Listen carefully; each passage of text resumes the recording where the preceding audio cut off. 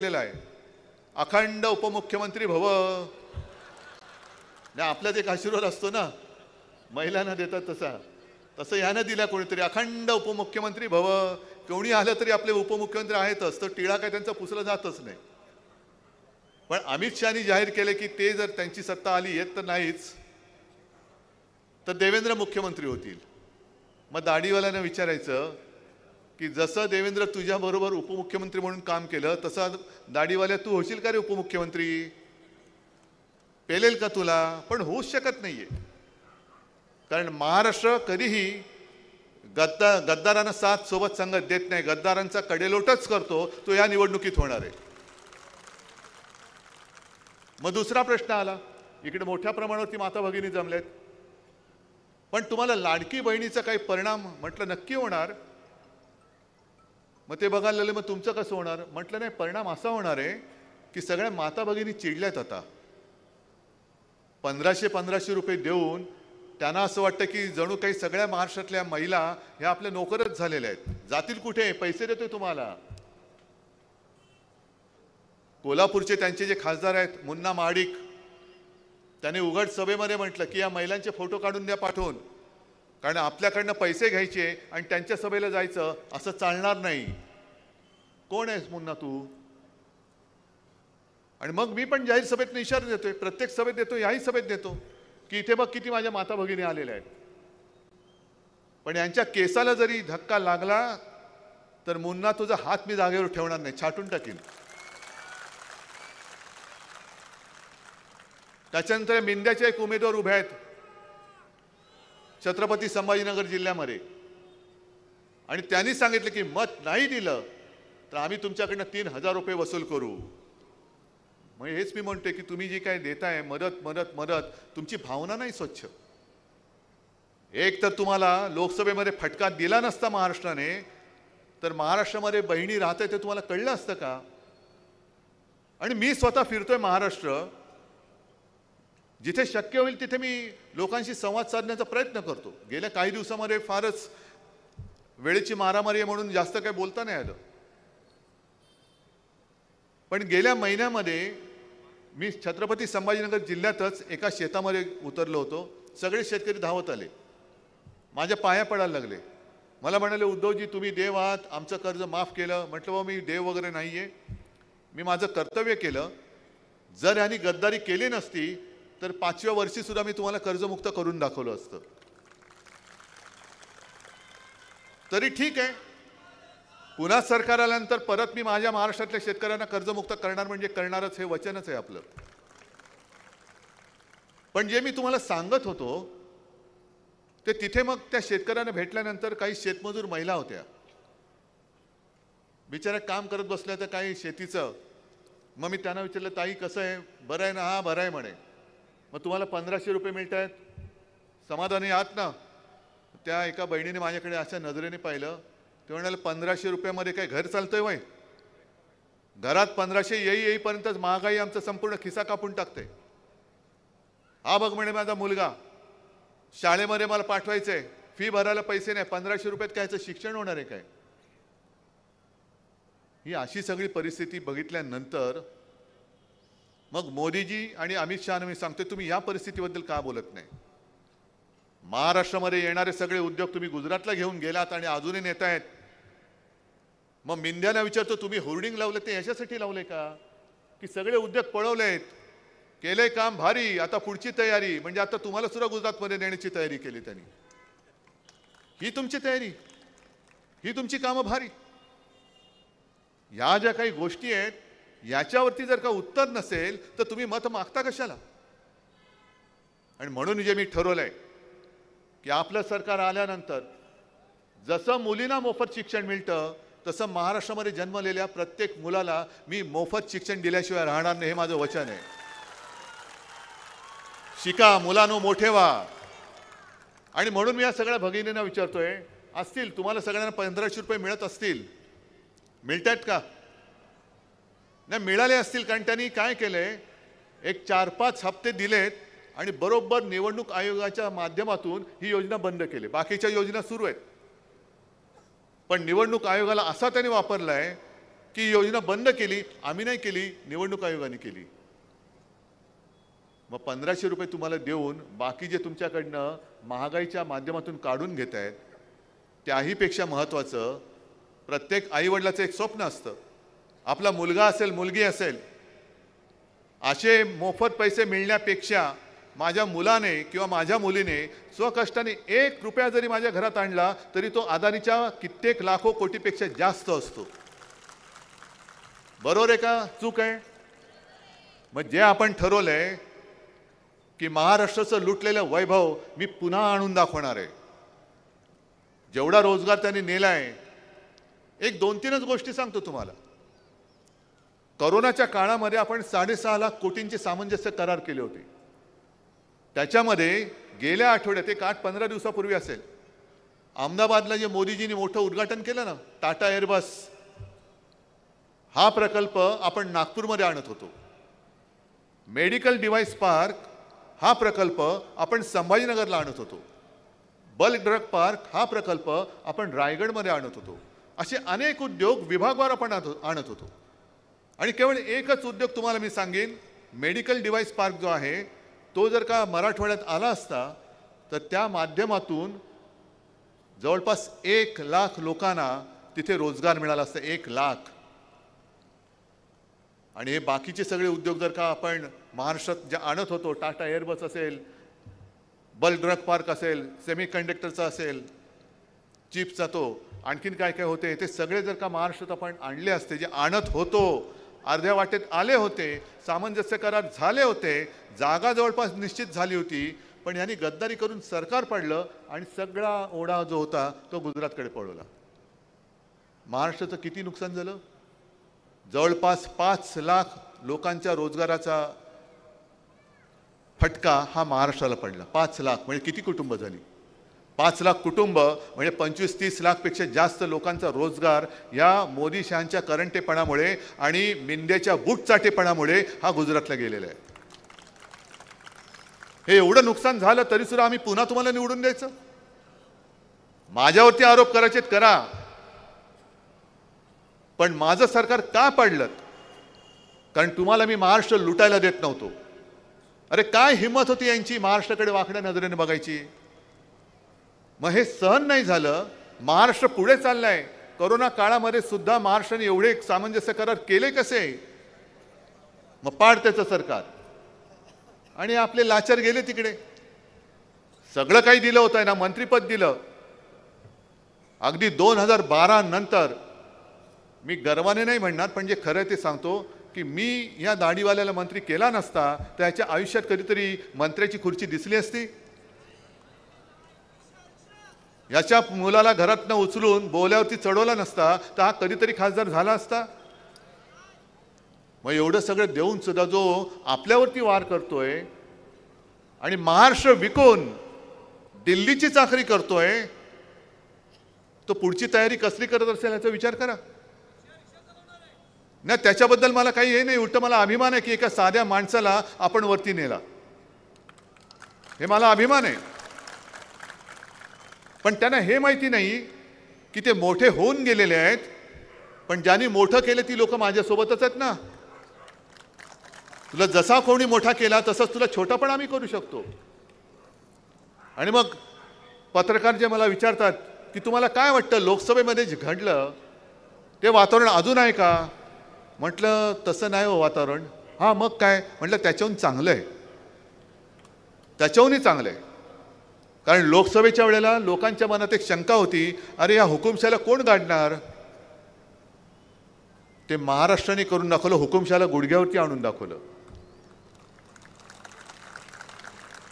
हुकुमशाला गुडघ्यावरती आणलं आहे. काही ठिकाणी आपण कमी पडलो, जरूर पडलो, पण आता महाराष्ट्रामध्ये एक आत्मविश्वास आलेला आहे. अरे आम्ही लोकसभेला तुला गुडघ्यावरती आणलेलं आहे, या गद्दारांना आता आम्ही पाताळात गाडल्याशिवाय राहणार नाही आणि गाडू शकतो. मुद्दा म्हणून मी एक तुम्हाला आठवण सांगतो जुनी.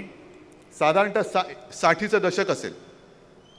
काँग्रेसचे एक नेते होते सका पाटील, त्यांना सदोबा म्हणायचे. एस के पाटील मुंबईचे 3 वेळा महापौर झाले होते. एक बडं प्रस्ताव होतं. म्हणजे हे उभे राहिले तर यांच्यासमोर कोणी उभा करा तो निवडून येऊ शकत नाही, पडलाच पाहिजे, अशी त्यांची एक ख्याती होती, कीर्ती होती की एवढं मोठं ते प्रस्ताव होतं की सखा पाटलांशी कोण लढत देऊ शकेल का, पाडणं तर सोडाच. पण तेव्हा एक फाटका माणूस उभा राहिला आणि त्यांनी एकच घोषणा दिली, आपण यांना पाडू शकतो. आणि आश्चर्याची गोष्ट म्हणजे त्या फाटक्या माणसानी सखा पाटलांचा पराभव केला आणि त्या फाटक्या माणसाचं नाव होतं जॉर्ज फर्नांडिस. नंतर ते मोठे नेते झाले, पण तेव्हा एक साधे युनियन लीडर होते. हा एवढा टग्या माणूस उभा आहे, त्याच्यासमोर साधा युनियनचा पुढारी हा काय निवडणूक लढेल, पण त्यांनी करून दाखवलं. तसंच महाराष्ट्राने हुकुमशहाला गुडघ्यावरती आणून दाखवलं. लोकशाहीच्या वेळेला जे आपण लढलो ते आपल्या देशाचं संविधान वाचवण्यासाठी लढलो, आणि आता जे काय आपण लढतो आहोत तो महाराष्ट्राचा स्वाभिमान, महाराष्ट्राची अस्मिता आणि महाराष्ट्राचा तो जो बाणा आहे तो टिकवण्यासाठी म्हणून लढतो आहोत. मग तुमच्या अस्तित्वाचा प्रश्न आहे का? म्हटलं माझं अस्तित्व जनतेने ठरवायचे, पण हा माझ्या अस्तित्वाचा प्रश्न नाही, महाराष्ट्राच्या अस्तित्वाचा प्रश्न आहे. महाराष्ट्र कोणत्या दिशेला जाणार? मी एक त्यांना जुनी आणखीन एक आठवण सांगितली की 2014 साली याच भारतीय जनता पक्षाने जाहिराती केल्या होत्या, महागाई केवढी वाढले, बस हो गई महंगाई की मार वगैरे वगैरे वगैरे. आणि तो काळ असा होता की ज्या चंद्रचूडांच्या घरी गणपती बाप्पाचं दर्शन घ्यायला नरेंद्र मोदी गेले होते, त्याच गणपती बाप्पाचा उत्सव होता आणि मला सुषमा स्वराज यांचा फोन आला, उद्धवजी महंगाई बहुत बढ़ रही है. म्हटलं बिलकुल सही है आपकी बात. तेव्हा गॅस सिलेंडर आता किती झालं, 1000-1200, तेव्हा काहीतरी 300-400 वगैरे असं काहीतरी झालं, 100 रुपयाने वाढला होता. नहीं देखो ना कितनी महंगाई बढ़ रही है. हाँ फिर क्या करना है? नहीं हम भारत बंद करना चाहते, भारत बंद करने जा रहे हैं. म्हटलं कभी? आणि त्यांनी जो दिवस सांगितला तो बरोबर गणपतीच्या उत्सवाचा पहिला दिवस होता. मी शिवसेना प्रमुखांना विचारलं काय करायचं, मला म्हणाले नाही करायचं, आपला उत्सव आहे, गणपती बाप्पाचा उत्सव आहे, बंद होणार नाही. त्यांना म्हणा आम्ही निदर्शनं करू, बंद नाही करता येणार.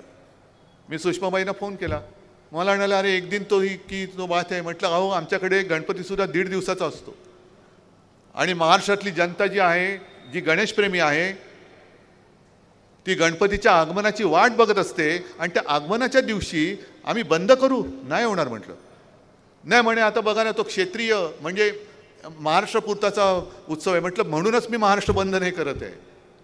मग तेव्हा एवढ्या महागाईचं तुम्हाला असा तिटकारा होता की तुम्ही गणपतीच्या दिवसात सुद्धा भारत बंद केला होता आणि आम्ही बंद करत नव्हतो म्हणून आम्हाला जबरदस्ती करायला लावत होतात.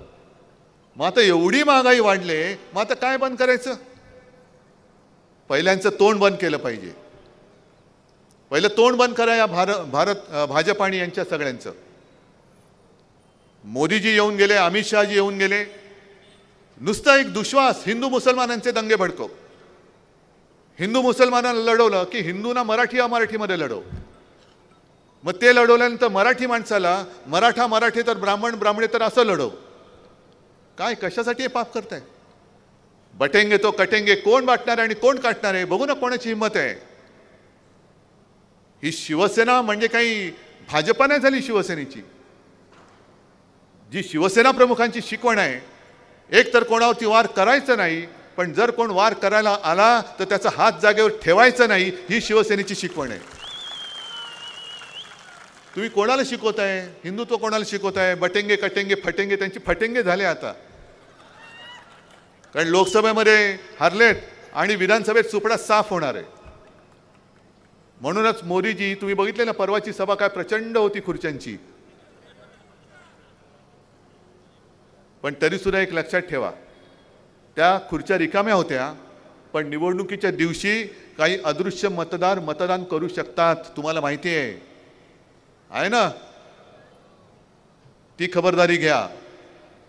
कारण मला आठवतंय पुणे महापालिकेची जी निवडणूक होती तेव्हा जिथे देवेंद्र फडणवीस यांची आदल्या दिवशी सभा झालेली, खुर्च्या रिकाम्या होत्या.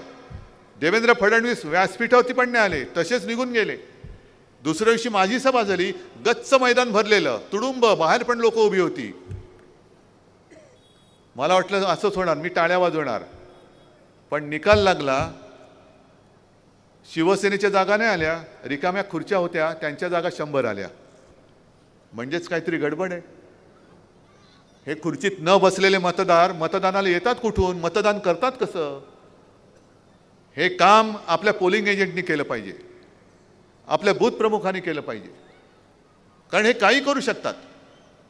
एवढ्या थराला गेलेत, वाटेल त्याला त्याची बदनामी करतायत.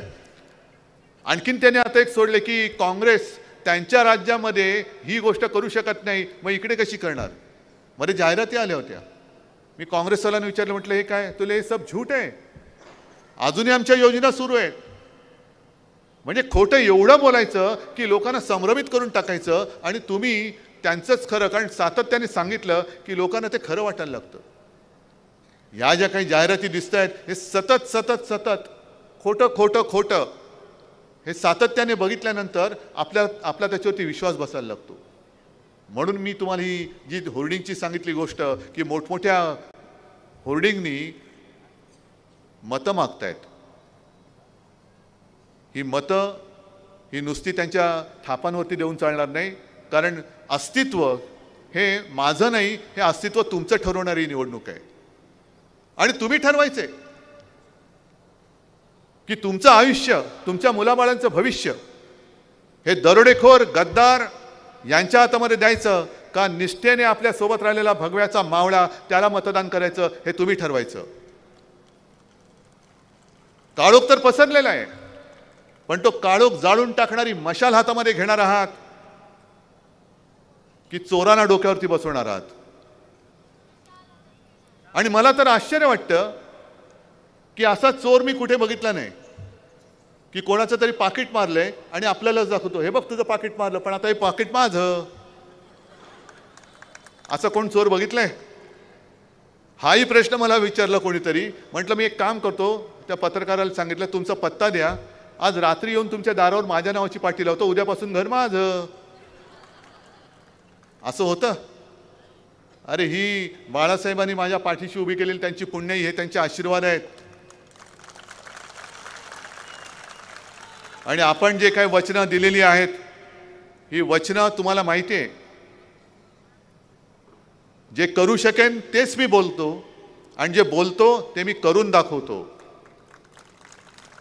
जसं मी महिलांच्या बाबत बोललो की आपण आपलं सरकार आल्यानंतर 3000 रुपये तर देणारच आहोत, पण महिलांना सरकारी बस सेवा आहे त्यातनं मोफत प्रवास सुद्धा देणार आहोत. आणि एवढंच नाही तर मुंबईच्या लोकल्स आहेत, इतर ट्रेन्स आहेत, त्यातनं सुद्धा माझ्या महिलांना, माता भगिनींना मोफत प्रवास मिळालाच पाहिजे. ही मागणी आम्ही मोदींकडे करणार आहोत. आम्ही मोदींकडे करणार आहोत. बघू मोदींचं बहिणीचं प्रेम किती आहे.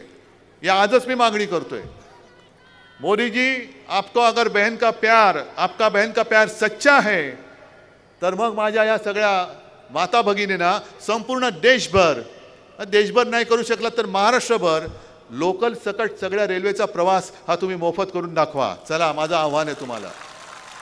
आम्ही करतोय, आम्ही एसटीचा प्रवास मोफत करतोय. सगळ्या ज्या काही सरकारी बस सेवा आहेत त्यातला प्रवास महिलांसाठी मोफत करतो आहोत. अशा अंगणवाडी सेविकांचं मानधन वाढवतोय. मुलींप्रमाणे मुलांना मोफत शिक्षण देणारच आहोत. पण विशेषतः शहरासाठी म्हणेन किंवा सगळीकडे मनोहर जोशी मुख्यमंत्री असताना तुमच्या लक्षात आहे की 5 जीवनावश्यक वस्तूंचे भाव आपण स्थिर ठेवून दाखवले होते. यावेळेला सुद्धा शेतकऱ्याचं एकही रुपयाचं नुकसान न होऊ देता आम्ही 5 जीवनावश्यक वस्तूंचे भाव हे स्थिर ठेवून दाखवणार म्हणजे दाखवणारच. महागाई तुमच्या घराला शिवणार नाही, हे वचन आहे.